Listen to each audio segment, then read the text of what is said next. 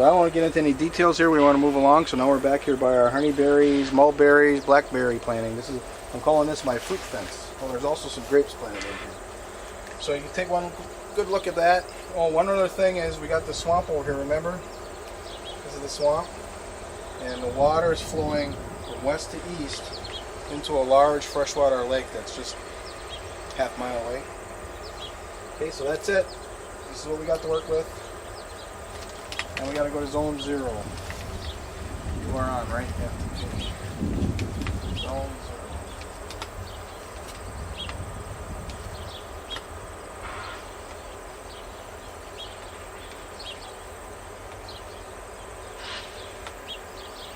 We are going to be building a log cabin out of the cedars that had fallen down in the swamp. And these are larger cedars, maybe averaging 12 inches in diameter. And we're going to make it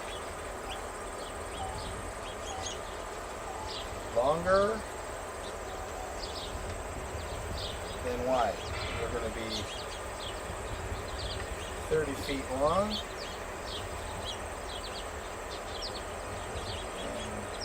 24 feet wide.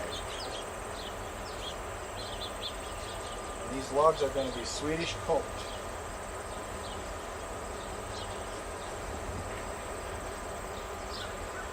There's not going to be any chinking done, and that'll save us any maintenance down the road. The drier they get, the tighter they'll work together. Swedish coped cedar logs. Okay, in the center of this building we're going to have a masonry wall.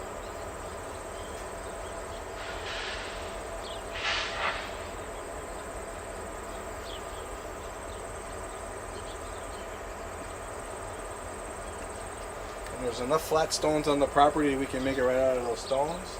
In that masonry wall we're going to have 3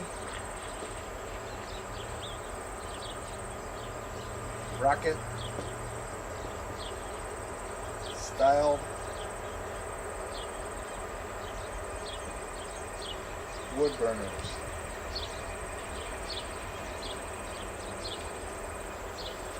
Okay, and they're going to be located on this side of the wall. We have we're looking in reverse now, so we're looking at north, south, east, and west. The most important aspects of this we want to draw in here so that it highlights the point.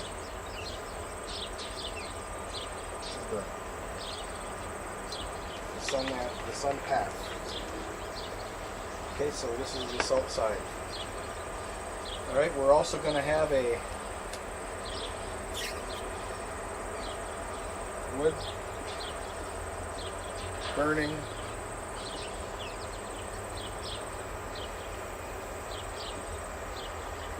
cook stove.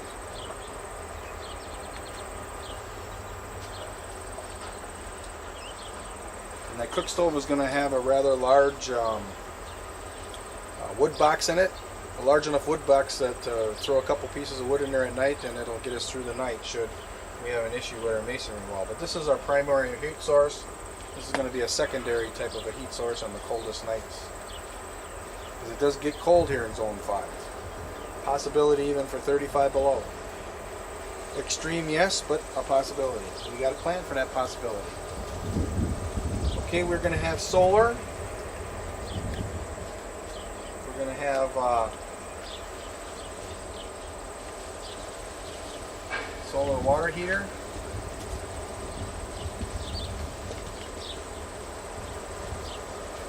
We're going to have solar electric. And that's going to be with nickel iron batteries. I know some solar electric panels that were fried in the Arizona desert and they're black and they're still operating 40 years later, still at a high efficiency. So these solar electric panels, these older style, they may last 100 years. Ooh, you see the pollen coming? Pollen from the corn is coming through. So And these nickel iron batteries will also last more than 100 years. The only maintenance on the batteries are going to be changing the electrolyte every 5 years or so. Okay, so this is a long term.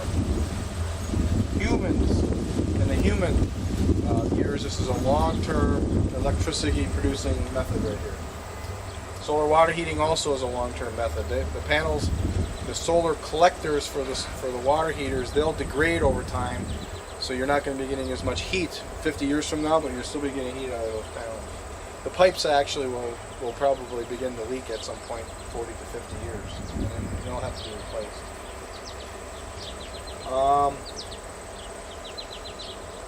We're looking at a insulated foundation.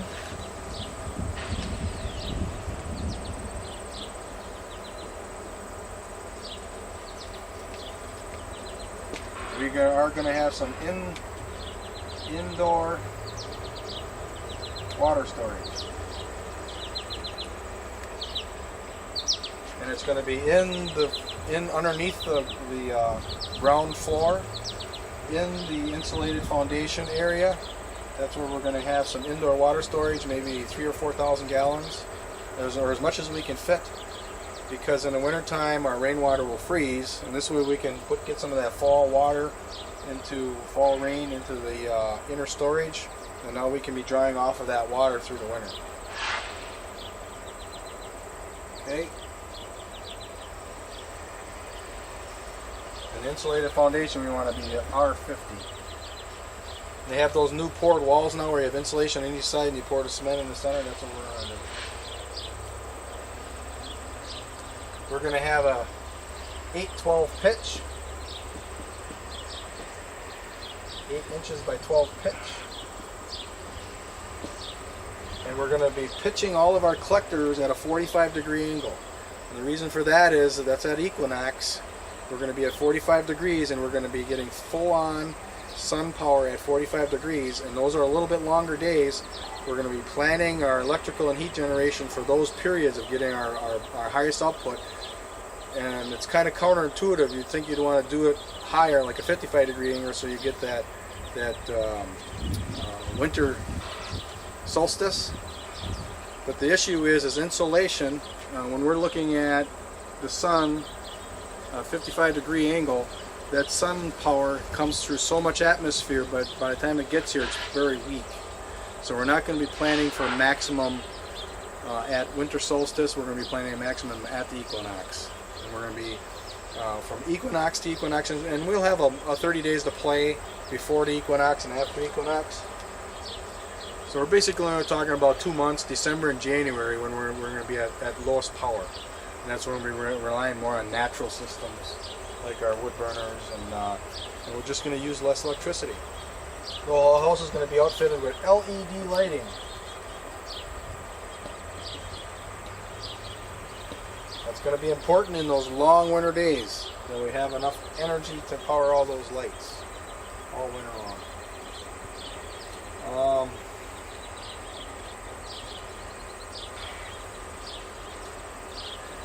Okay, the front of the south end, let's use a different color. In the front of we're going to have a 10-foot long porch. We're actually going to insulate the wall, or the floor of the porch. This is 10 feet, from here to here. And the front is going to be covered in solar glass. And it's also going to be at an angle. We're going to do maybe a 50-degree angle. We're going to try to capture that winter sun. And the walls, the roof, are all going to be insulated.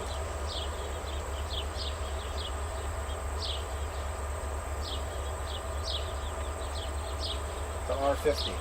So the only aspect of this porch that's emitting heat is going to be at night, is going to be through our solar glass. And we're also going to have some panels inside that fold, that during the day we can fold them out and allow the sun in, and then we're going to fold them and cover that glass, and so that we can retain whatever heat that we can. 10 feet, because this 10-foot section here will easily be heated in an hour in the morning time by the solar glass, by the sun through the solar glass, and then the excess heat can all be brought into the building.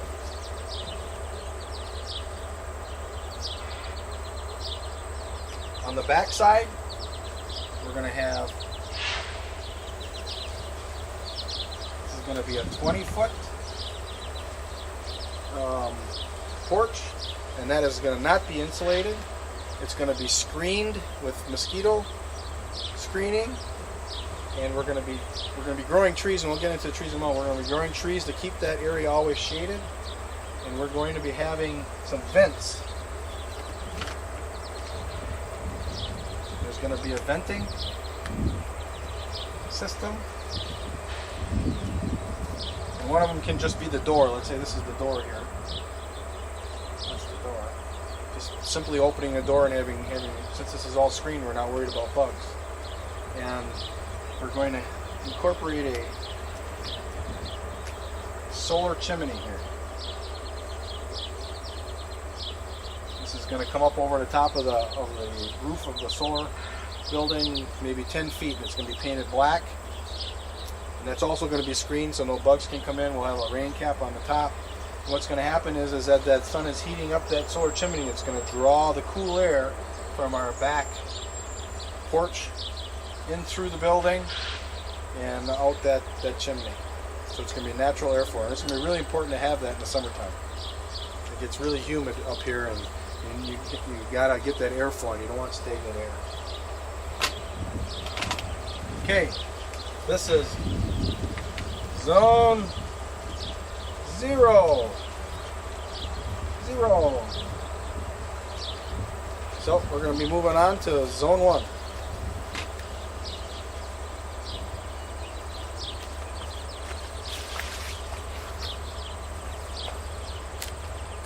Overlooking our garage garden,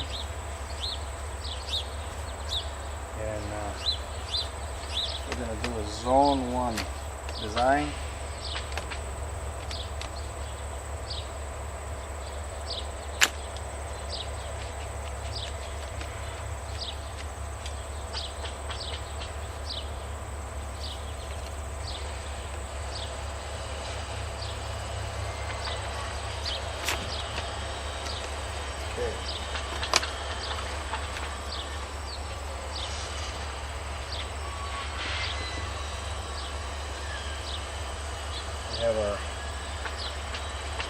Actually, we want to do this a little bit differently.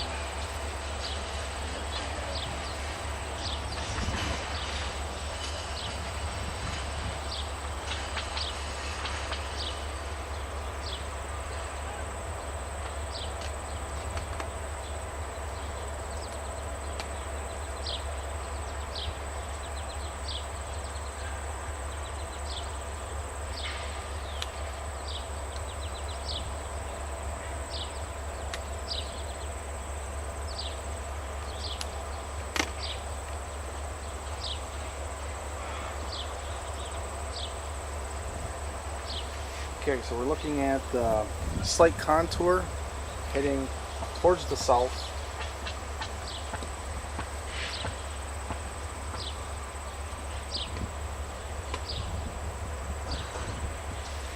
Okay, so we got a slight contour. And we're just going to draw it like this.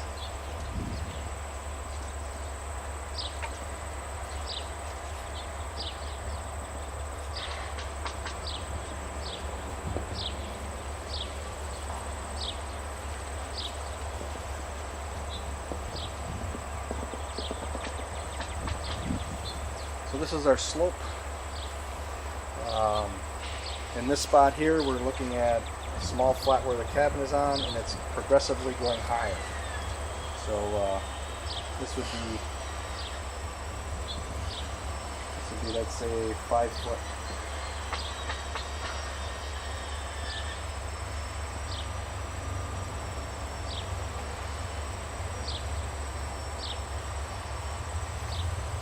Okay, and the first thing we're going to draw is our, we're going to have a herb spiral. And we'll have that here on the east side.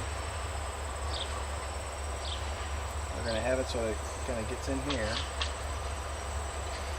And right in here we're going to have we're going to have a little mini swale that comes through here. So we're going to have a swale coming in here. We're actually going to end the swale right there. So then we got a swale mound.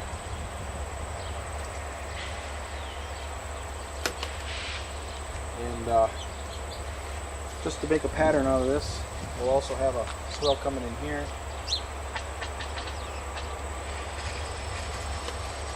And a swale mound.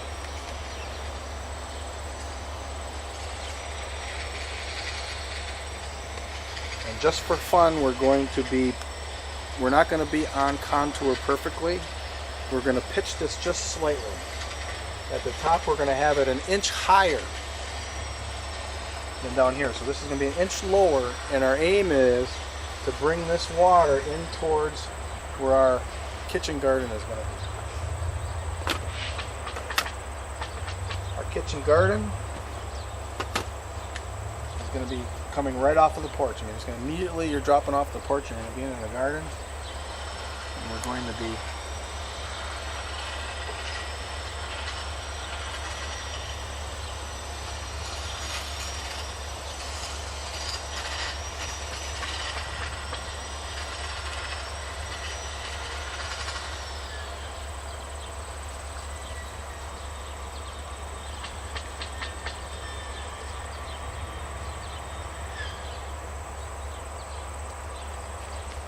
That's going to be the outside of the gardens, and we're going to have little paths coming in.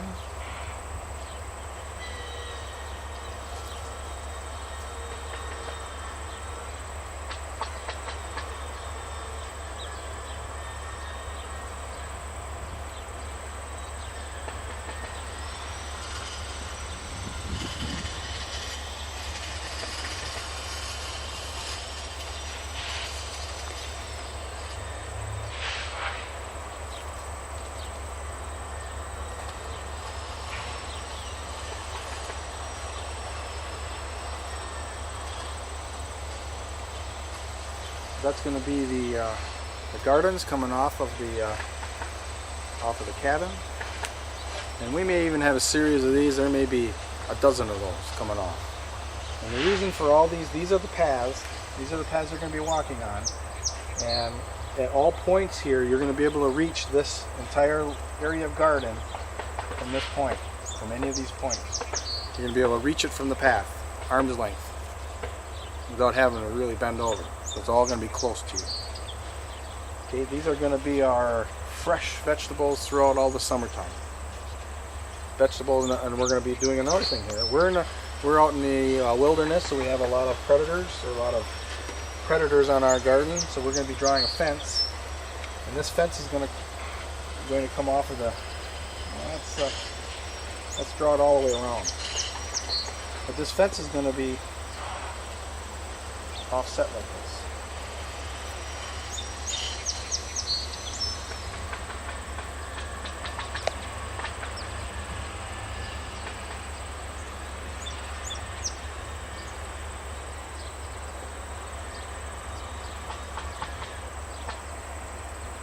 The reason for that is there's strong winds. We could get as much as, in this area in the last 100 years, it was recorded one time 91 miles per hour. And we're going to be planting these fences up with all types of vine crops, and we need to have the durability, and so we're putting some engineering, some toughness to this fence. So the fence is just going to be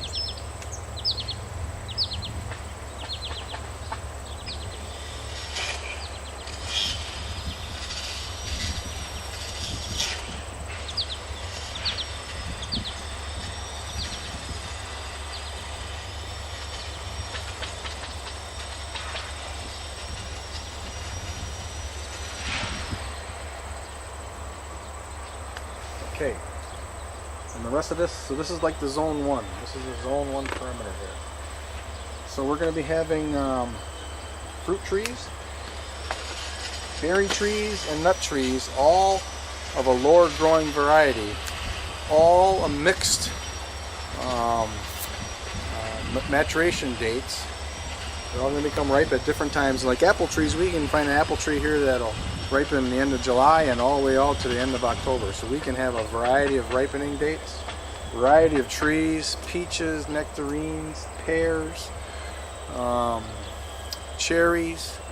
We can put elderberries. There's a long list. There's a list of nuts that'll grow up here, and the best one is hazelnuts that low growing. We can have those all throughout this area here. Mixed in with these tree plantings, we're going to be placing honey locusts, and the honey locusts we're going to put here. We're going to have a couple of honey locusts.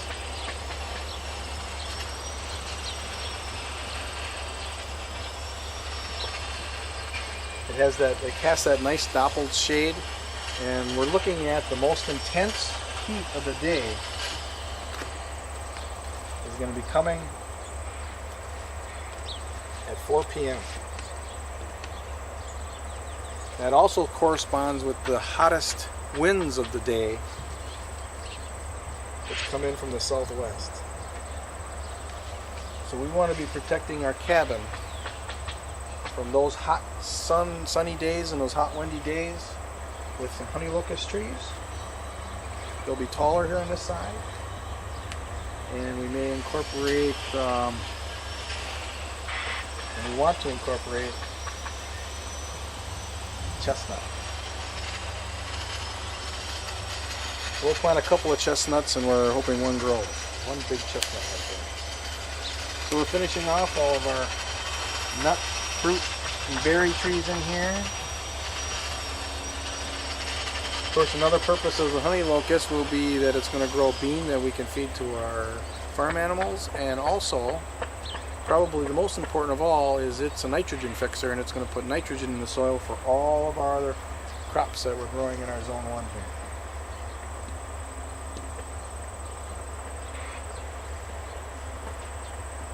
So these are all a mixture of fruit and berry trees all around our perimeter, and in amongst those we're also going to be growing a number of nitrogen fixing bushes that will give berries or beans. So that's going to be all interspersed all throughout. On the outside of our fence here, we're going to be planting rhubarb. I think we're getting in a rhubarb here, all outside on the perimeter. We're going to be planting rhubarb, and I like the rhubarb. It's a perennial plant, hardly requires any care whatsoever, and has the big leaves, and it's going to shade our ground. There'll be a shade barrier around our fence. Along with rhubarb, we're going to put asparagus. Just as many perennial plants as we can intersperse throughout all of our trees. We're going to be planting it thick, and that's going to be the easiest harvesting. And I'm going to particularly be looking at. We're in zone 5, and we're going to put importance. We're going to be heavyweight to those trees and perennial plants that will grow between zones 3 and 7. We are in zone 5.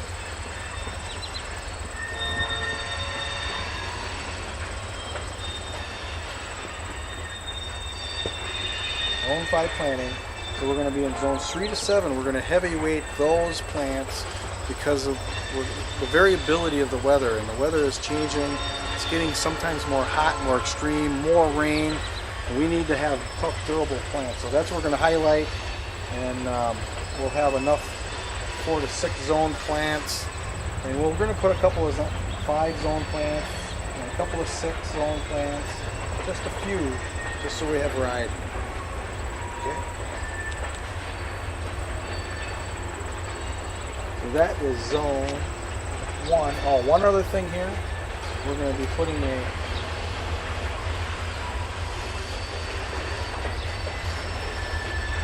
multi-room chicken house. And we're going to have our cages coming out right over here. And the reason why it's multi-chambered is because if a mink gets inside, or a raccoon, it's going to be work to get into all the chambers. So maybe we'll just be lucky and just have them, raid one half of the coop. So the coop, we're going to be meshing the entire wooded structure with 3/4 inch hardwood cloth, so that should prohibit any of those critters from getting in there. Who knows? So we're going to have easy access to eggs right here. And we're going to have manure for our gardens. And we're going to have a composting zone right next to our manure, because we're also going to have a cow system coming in close to that, a zone 3 coming into the zone 2 up close to the cabin. And we're having it all we're trying to put all the animal systems towards the east of the cabin because of the westerly winds that normally occur all summer long, and that's going to blow any of the smells away from the cabin. Rare events are east winds here. Okay. Oh, another thing here quick. We're going to be growing these are going to be nut pines, nut seed pines, like Korean stone pines, Swiss stone pines. And this is going to shield us from our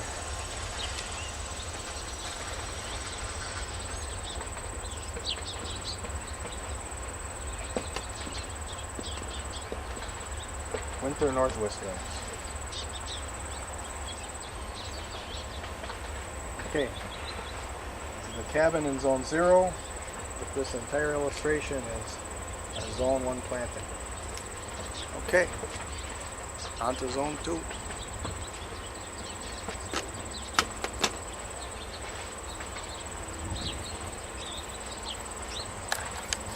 Quick, before we go on to zone 2, we want to be, let's get this out of the way.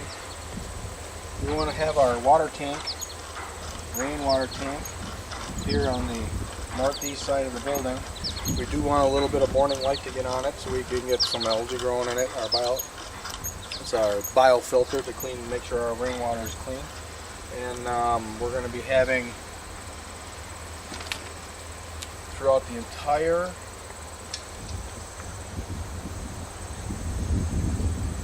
little bit of the southeast, mostly all the south and all the west is all going to be covered in deciduous vine plants. That's to keep the sunlight in the summertime from heating up our cabin. But we're going to leave this east face as open as possible because, again, when we get that morning sunlight, the sun is going to be tracking across. You want that morning sunlight to be drying out the cabin as it's coming through the morning, but we don't want it heating it up. So once we get into a direct down onto our cabin situation here, now we want to have as much shading as possible. We like to have these deciduous vines even growing up onto the roof of the cabin. And remember, this is going to be probably our 9 month of the year water supply, and we need to drain it because it'll freeze in the winter times. And then we're going to utilize our in the foundation water storage system. Okay, on to zone 2.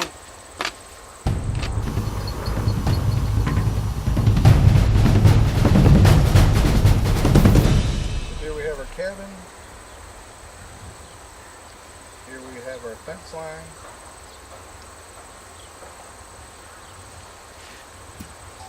We have our chicken coop.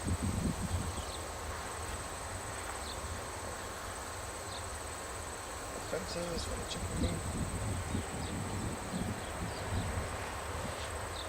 Now we're going to be drawing our zone 2. We got our contour lines, which back here. I'm gonna redo that. I'm gonna reposition this a little bit.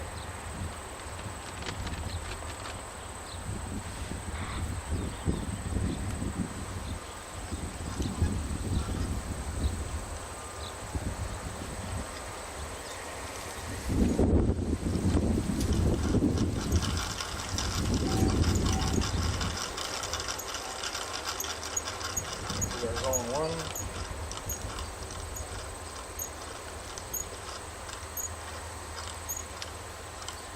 Now working on zone 2.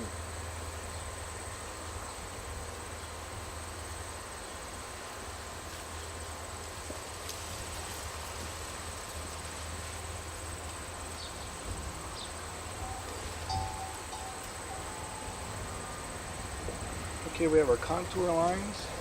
In the back here, they are relatively close.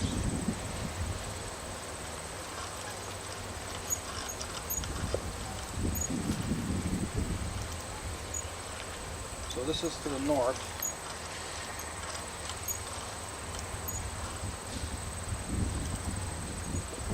We're in the northern hemisphere.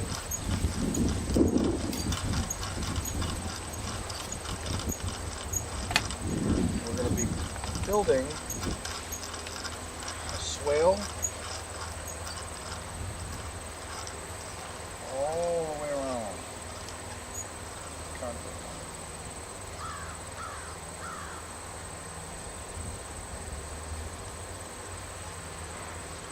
That's a swale. We're going to have a swale mound all the way around it. On the north side, we're going to be growing coniferous trees and planting those. These are coniferous trees that will yield a pine nut. And interspersed with these deciduous trees, we're going to have coniferous trees that will yield a seed like a black locust, or a nut like a chestnut. We'll intersperse those. We'll pick out 3 or 4 main tree types that will all give us a yield. And we're going to plant these thick with the idea that the coniferous trees, we're going to overweight on them because it's going to shield us from the cold north wind in the wintertime. So we have, on the other side, we're going to do the same. We're going to plant basically all the same trees. And in amongst these, we're going to have, on this side, we're going to use more hardy species, and on the cabin side, we're going to do species that are more geared towards yield. A lot of fruits, a lot of vines. We'll have a lot of berry crops all in here, and it's all going to be receiving that sun all summer long.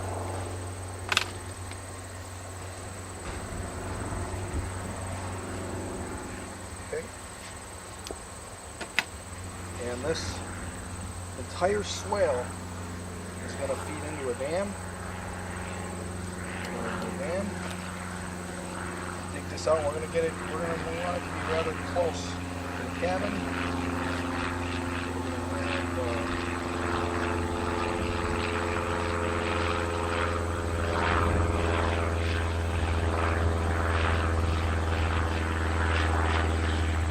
This, of course, is going to be a big dam. It's going to have a keyway.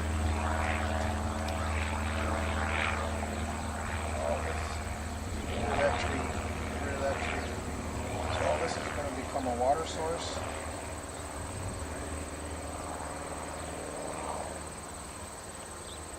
For our gardens in Zone 1.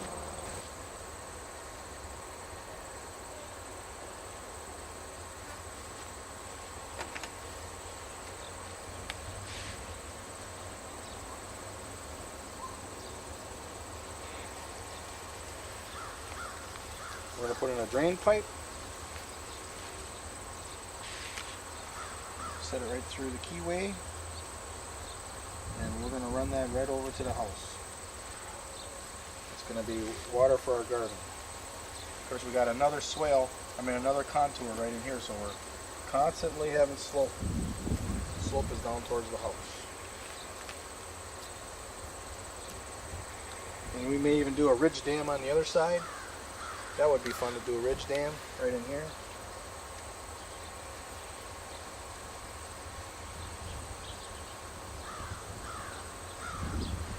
And build us another swale right through it.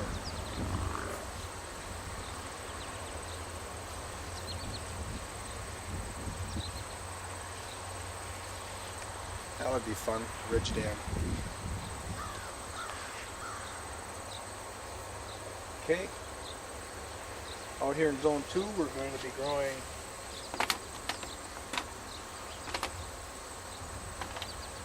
we do have us a contour line out here.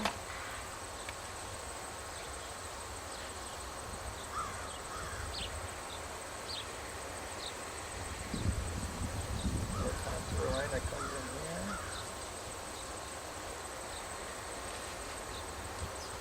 here. In this area here, we're going to be growing some row crops on contour and very close, densely packed together. So we're going to have them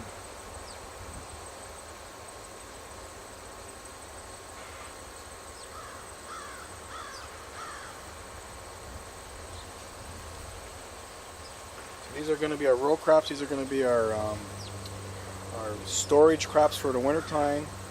We're going to have grains. We're going to have squashes. This is all going to be geared towards plantings that are less susceptible to wildlife damage and more towards storage. Melons. Well, melons aren't going to be storage, but we'll put some melons in here. I know that deer don't eat the melons too much. And the chicken coop here is going to work in tandem with that. This is going to be our composting area.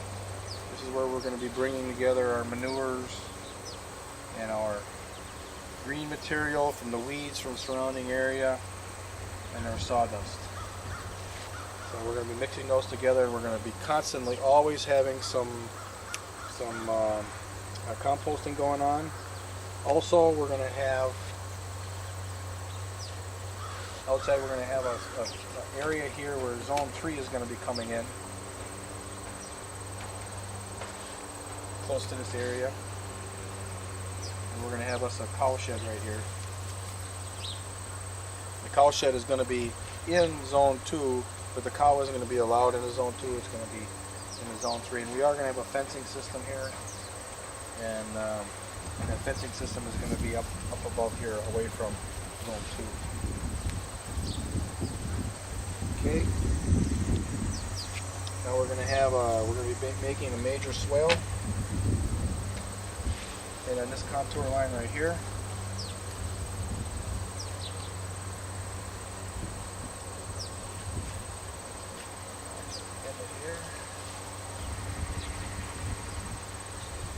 That swale is going to extend to the swamp on one side and to the property line on the other, towards the east. There's a swamp here off to the west, and we're going to have some trees.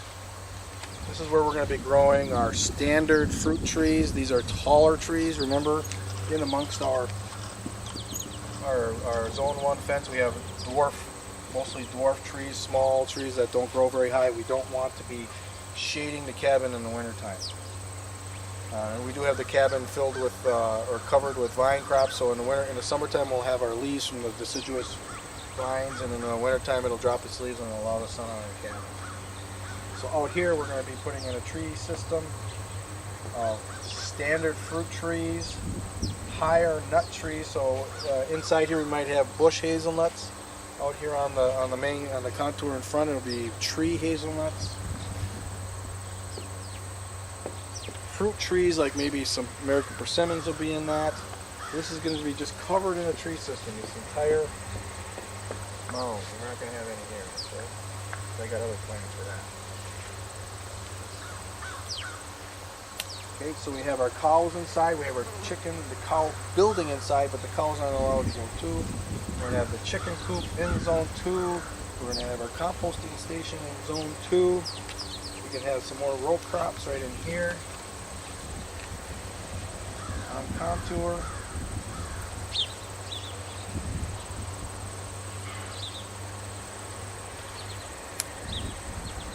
And the water in this dam can also be used to irrigate into these areas here because we're at a higher elevation.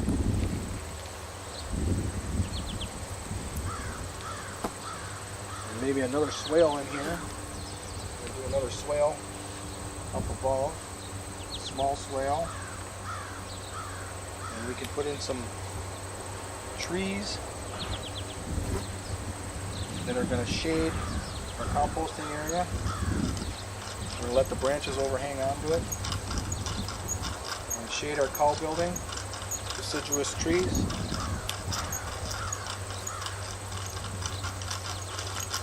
We have another swale on this side.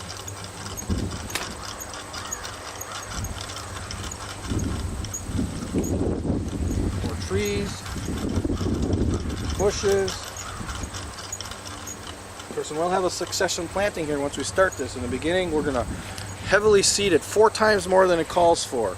Clovers, alfalfas, they'll all grow in our 5.5 to 6.5 pH soil, clay soil. And we're going to be planting a lot of nitrogen fixing bushes and small trees. And in amongst that we'll have our main system, which will be the larger standard fruit trees. All in through here, fruit trees, nut trees, berry trees. Just a mixture of variety, and we don't want to have any two of the same variety be next door to one another. We want to mix this up. We want to make it hard for the pests to find our trees. Okay, so I think that gets the point home. This is going to be our end of zone 2.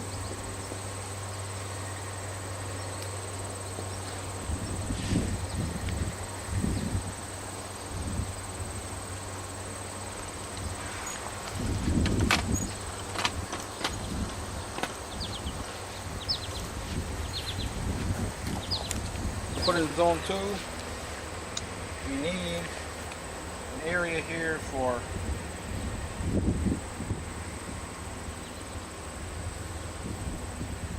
worm tubs. We need a worm farm, and we want to maybe we want to reposition this cow pen a little bit so we can take advantage of the shade of the cow pen. Get them.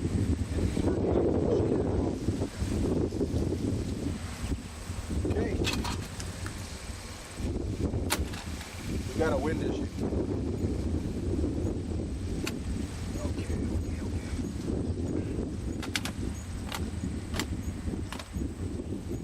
I think we're gonna put on a mic on this thing.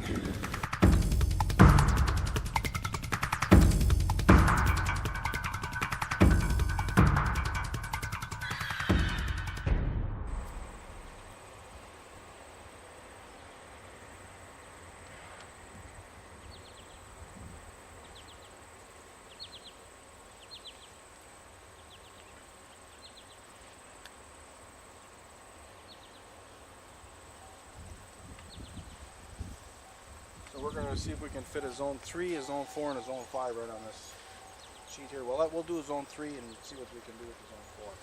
So we have our comes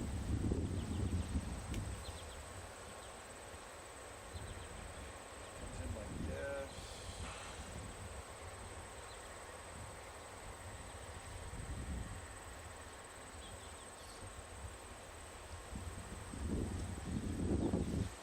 We're still heading downhill, so we're going to do a zone. This is going to be a zone 3.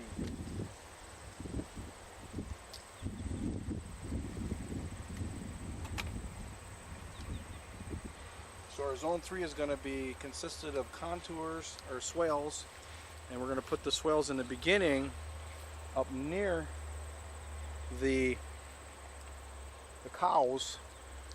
We're going to do 35-foot spacings. The swales, and then as we get away from the cows, we're going to go to 50-foot spacings, and we're going to put in some taller tree systems.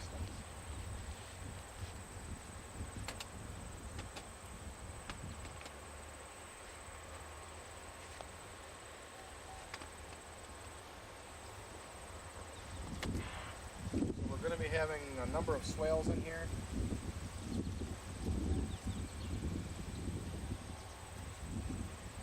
Every 35 feet.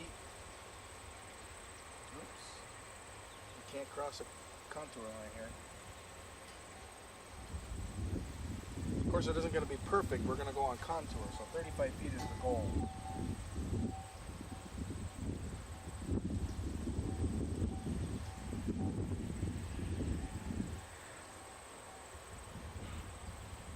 So every one of those purple lines is going to be a swale. Of course, right immediately behind it on the downslope, we're going to have the swale mound. Planting on all of those swale mounds are going to be a variety of fruits, berries, and a fruit tree. A perfect example of fruit tree up in the northern climate here, in a cool climate, is American persimmons, and berries and nuts. And we're going to try to cover the gamut. Understory trees. Actually, a pawpaw tree is native to my area up here, so we're going to be doing pawpaw trees. We're going to intersperse chestnut trees. Chestnut tree will be the apex tree of the system. 500 years from now, somebody's going to be very happy to be harvesting chestnuts off these trees. So all these swales are going to be fenced so the cows can't get in to the tree systems, and between them we're going to be planting various grasses that, of course, that'll feed the cows. Grasses and maybe other tree systems. Willows, they like to eat willow leaves, so we're going to get a number of those in there. And then at the top, or towards the south, we're going to be building a large dam right in here. We're going to put the dam right in. This is a perfect spot for it right here.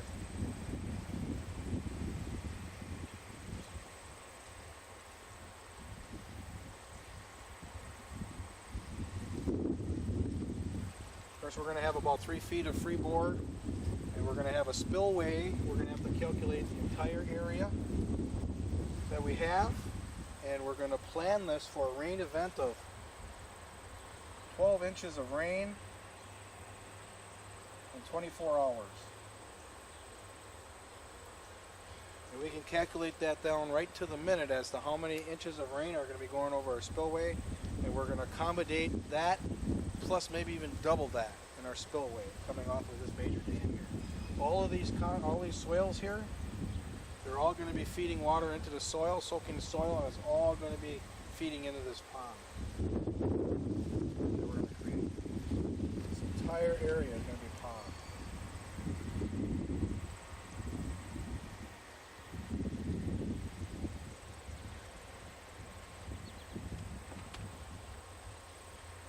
We're going to be able to see that from our cabin. It's going to be a nice look. Well, that's probably a good idea. We're going to put in some sparser tree systems in here so that we can see through those trees into our water. Maybe some low-growing bushes. And then on the sides, we'll go to our taller trees.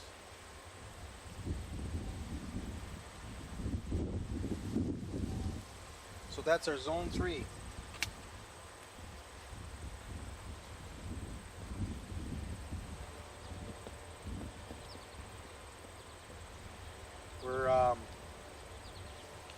Our goal is to establish a long-lived tree system and to establish pasturing for our cows.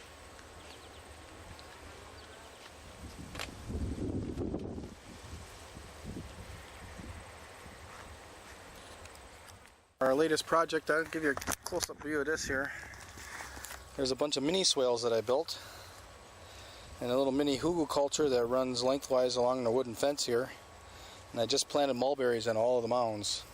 Of course, I'll be planting other fruit trees along with it. So, we're going to listen to some sirens.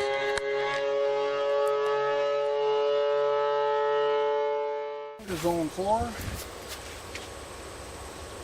It gets easier as we get farther away from our cabin.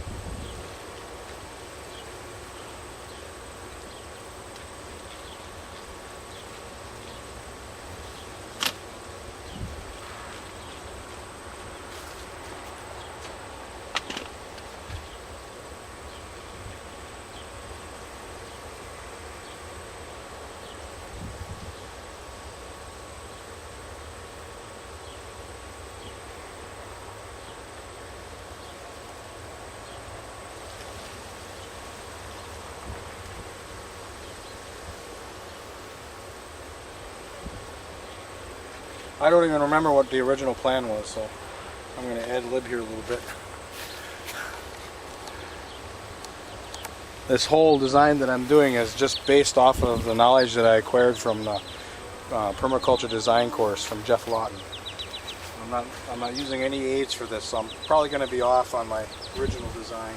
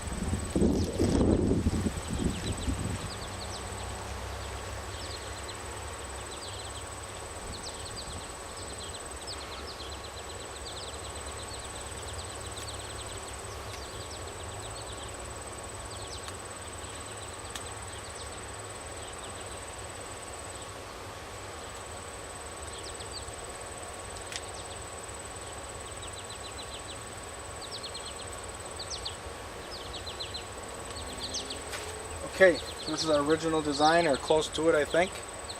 And we have all our systems. Here's the cabin. This is our central location. And on the swamp side of it here, we're actually going to be building a dam. Now this is going to be zone 4. We're going to be building a dam. Instead of coming to this side and allowing this all to fill, we want to build a dam here on the swamp side. And probably about, let's go to this location right here. This is a major dam. Big, big dam. And we're really going to dig this out here. We want to be able to back up that water all the way into the swamp. We want water. We want a huge amount of water in this spot. Maybe all the way to here. This entire thing we want to be water. Okay, and below this is the lowest property, or the lowest growable area on our property, and we want to be growing some crops in that low area. We want to be growing things like rice, any type of a mainstay crop that likes a lot of moisture, maybe cranberries.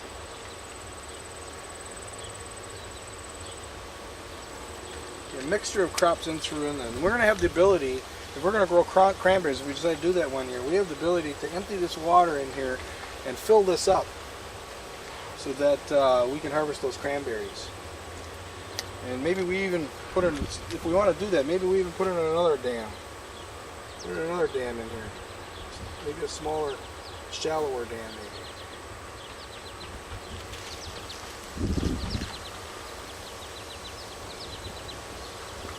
And we grow our cranberries in here, and then we flood that area there to harvest our cranberries. And maybe behind that we have a big rice field. We don't allow it to totally dry out. We got plenty of water here that we can use to be for watering those crops. Okay, this is going to be a lot of swales in this system. I'm missing my purple. I must have dropped it somewhere. Okay, let's change to using orange. This is going to be a huge watering gathering system here. Just huge amount of swales in here. It's one after the other. We want to totally saturate this ground with water. We want to totally hydrate it. And we're going to have a series of dams. We'll have dams. We'll crisscross the dams. On one side we'll have a dam of one swale. We'll have a dam on the other side.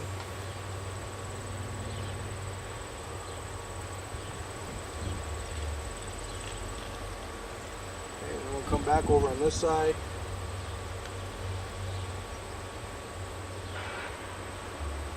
And we'll come back over on this side.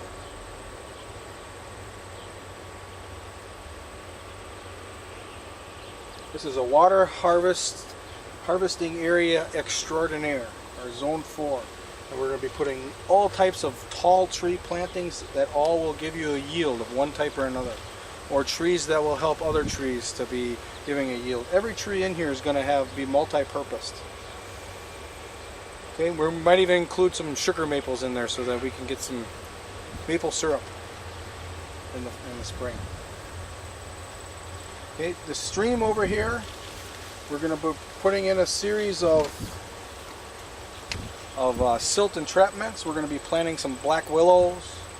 Maybe along this edge here we'll put in some American plum trees. Mixture of plum trees. There's a number of berry bushes that like to be in moist conditions and will help hold that soil. This whole bank here will line with those types of trees that hold soil there.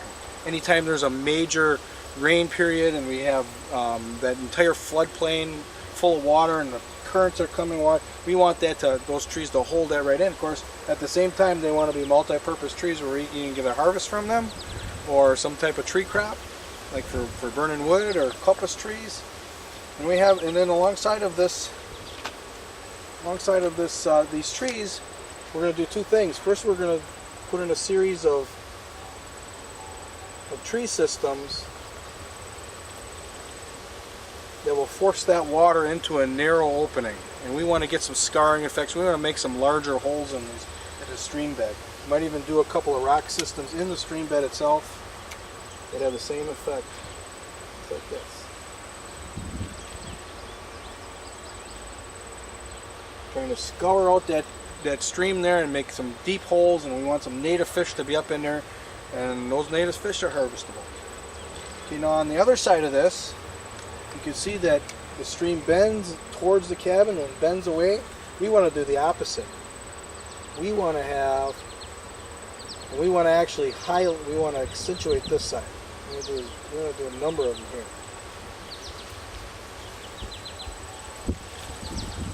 And those are going to be willows, maybe some large rocks, some large boulders from the property will get in there. And every one of those tree systems, those black willows, those willows and rock systems are going to become silt traps. We're going to get silt building up on the ends of these that we can harvest and put into our gardens here up by the cabin. So we're going to have silt traps. On the front of it, we're going to be capturing all the wood that's floating downstream, so we're going to be able to harvest wood for various things like burning, for heating. And this entire floodplain, after it goes back to a creek, now we can replant that with any type of a crop. Maybe we can go back to the rice or anything. If it's a dry period, maybe we'll plant wheat in there. But that entire area here, every spring when it floods, it'll all be bringing silt in from up above, and it'll be refertilizing that plain, that floodplain there. Okay. And all these systems here between of our swales, we're going to allow that just to go wild. Whatever the native weeds are, we're going to allow to grow. If there's some weed trees that begin to grow in there, maybe once a year we'll come through there and we'll chop and drop them through this whole thing. We're going to be heavy on apex trees like chestnuts and sugar maples. And of course we'll have succession planting here again. We'll be planting our culvers and our bushes, like our Siberian pea bushes and blue bean bushes. We'll be planting those really heavy in here because after our apex trees begin to grow up, they're going to eat them. That'll be food for our apex trees.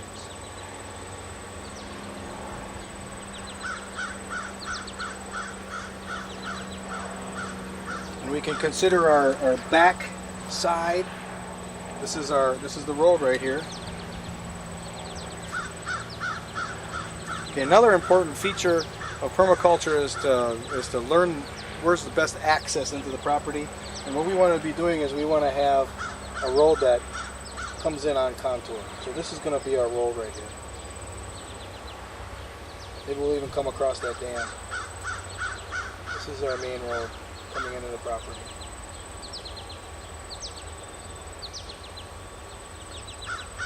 It's going to be a gravel road, and we'll slope it 2 degrees. Right in the center is the top, and we'll 2 degrees either way so the water can shed either direction. That's our driveway in. And in the back here we'll also have a tree system, major tree system. I've already described it. It's going to be planted heavy with coniferous trees, and it's going to be coniferous trees that give a pine nut or a harvest the entire length of the road. And we'll intersperse in amongst that some apex nut trees as well.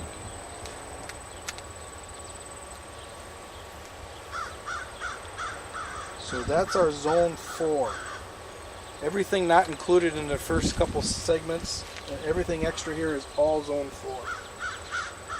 4. We're making use of all of it. Okay, on to zone 5, and that's the easiest one to describe. Okay, so we have our zone 5.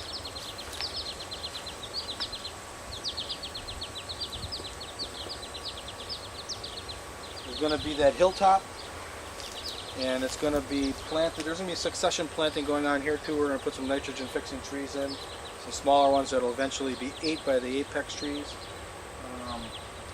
But the apex trees are going to be American chestnut, and they may experience the blight and probably will and die, but we're going to try it anyways. As a backup, we're going to be using some oak trees. There are some acorns now that are sweet with very little tannin in them, and some of these trees now will give a harvest almost every year.